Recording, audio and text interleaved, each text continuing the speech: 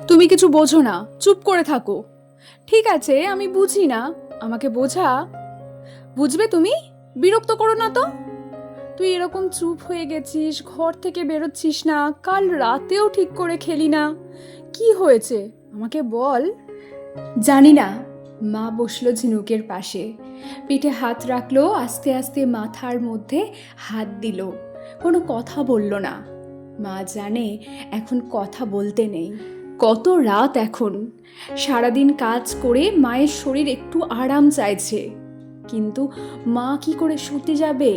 ঝিনুক যে এখনো খায়নি। ঝিনুক পাশ ফিরে বালিশ থেকে মাথাটা তুলে মায়ের কোলে মুখটা গুঁজে দিল। ঝিনুক কি কাঁদছে?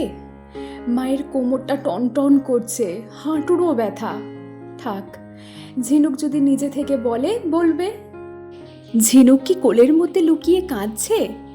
মায়ের মনে পড়ে গেল ঝিনুককে সারা রাত কোলে নিয়ে বসে থাকতে হতো, নইলে ঘুম ভেঙে যেত। একবার ঝিনুকের সারা গায়ে বসন্ত বেরোলো। মনে মনে ভগবানকে বলেছিল, ঝিনুকের সব যন্ত্রণা যেন আমায় দাও, ঝিনুককে সুস্থ করে দাও। পুজো পার্বণ এ অনাহার মায়ের নীলষষ্ঠীর উপস্থিত ঝিনুকের জন্যই। টিউশন থেকে যতক্ষণ না ঝিনুক ফেরে ততক্ষণ বারান্দার গ্রিল ধরে দাঁড়িয়ে থাকা। কবে যে ঝিনুকের আস্তে আস্তে মায়ের থেকে দূরে চলে যাওয়া শুরু হলো মা জানে না। বন্ধু বাড়ল, গভীর রাত অবধি কার সাথে যে কথা বলে।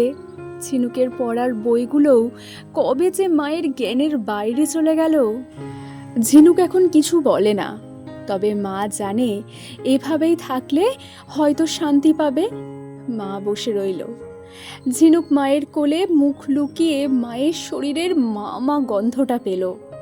মাকে সব বলে ঝিনুক মায়ের প্রেশার সুগার বাড়াতে চায় না।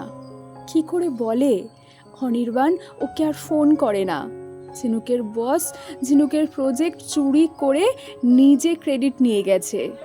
আজ সন্ধ্যায় একটা বাজে ছেলে ওর পিছু নিয়েছিল। ঝিনুক অনেকক্ষণ চুপ করে শুয়ে থাকলো মায়ের কোলে, মাথা গুজে। মনটা শান্ত হয়ে এসেছে। খেয়াল হলো মা হয়তো খায়নি। ঘুরে দেয়াল ঘড়িটা দেখলো, রাত 1টা বাজে।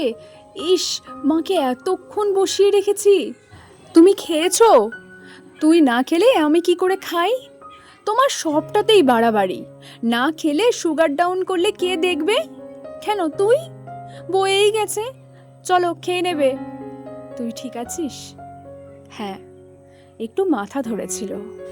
ঝিনুক মিথ্যে কথা বলল, মা বুঝলো। মেয়ে বড় হয়েছে, ওকে একটু স্পেস দিতে হবে।